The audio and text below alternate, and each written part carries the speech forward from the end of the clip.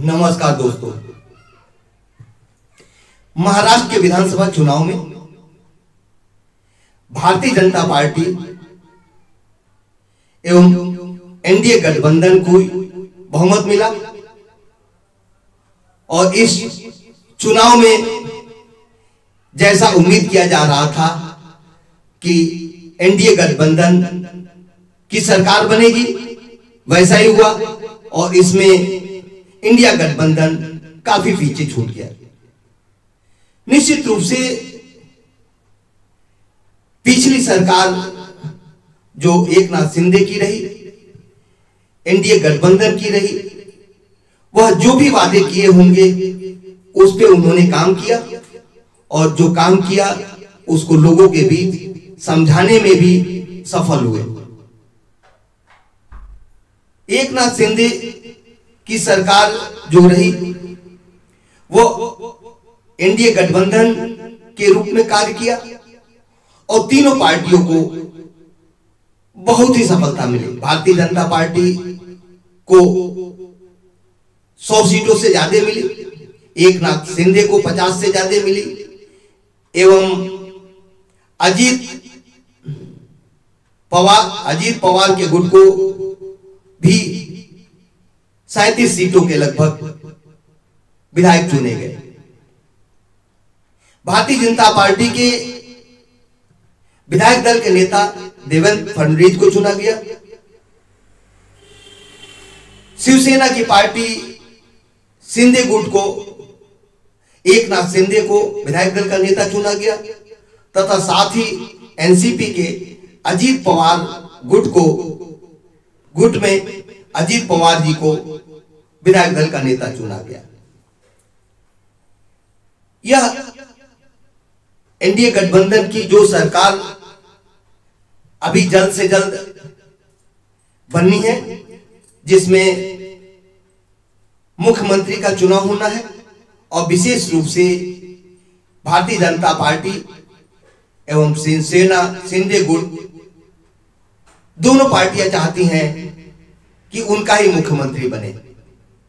निश्चित रूप से भारतीय जनता पार्टी का भी विशेष योगदान है क्योंकि उनके 100 से ज्यादा सीटें हैं एवं एकनाथ शिंदे का भी योगदान है क्योंकि उनका भी 50 सीटों से ज्यादा आया है और उनके नेतृत्व में ही यह चुनाव हुआ।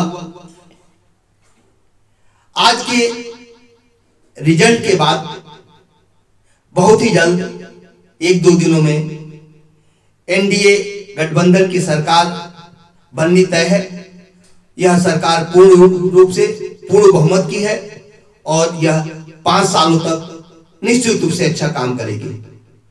राष्ट्रीय स्वीकार पार्टी का विशेष रूप से जो नई सरकार बनेगी उनसे कहना है, जैसा कि हमेशा राष्ट्रीय स्वीकार पार्टी का कहना है कि शिक्षा निःशुल्क हो, वो नर्सरी से पोस्ट ग्रेजुएशन तक हो या टेक्निकल हो, एमबीबीएस हो, बीडीएस हो, जो भी शिक्षा हो वो निःशुल्क हो। विशेष रूप से कहीं टेक्निकल में कोई अगर लोन की आवश्यकता पड़ती है तो राष्ट्रीय स्वीकार पार्टी का कहना है कि प्राथमिकता के आधार पे ब्याज रहित उनको शिक्षा का लोन दिया जाए, जिससे उस बच्चों को शिक्षा जो भी वो चाहते हैं वो मिले और साथ में चिकित्सा भी फ्री रखी जाए। जैसा कि आयुष्मान के अंतर्गत 5 लाख का इलाज मुफ्त है, लेकिन ये सभी लोगों को नहीं रहता है। साथ में एक अभी योजना आई है जो 70 साल से अधिक के आयु के व्यक्ति हैं उनको 5 लाख तक का इलाज मुफ्त रहता है। इसमें राष्ट्रीय स्वीकार पार्टी का कहना है कि इसमें संशोधन किया जाए और केंद्र सरकार एवं प्रदेश की सरकार से राष्ट्रीय स्वीकार पार्टी निवेदन करेगी कि जो 70 वर्ष की आयु है उसे 60 वर्ष किया जाए और जो 5 लाख का अमाउंट है उसे 10 लाख किया जाए और जो भी उसके अंतर्गत आता है उसको पूर्ण रूप से चिकित्सा मुक्त मिलनी चाहिए।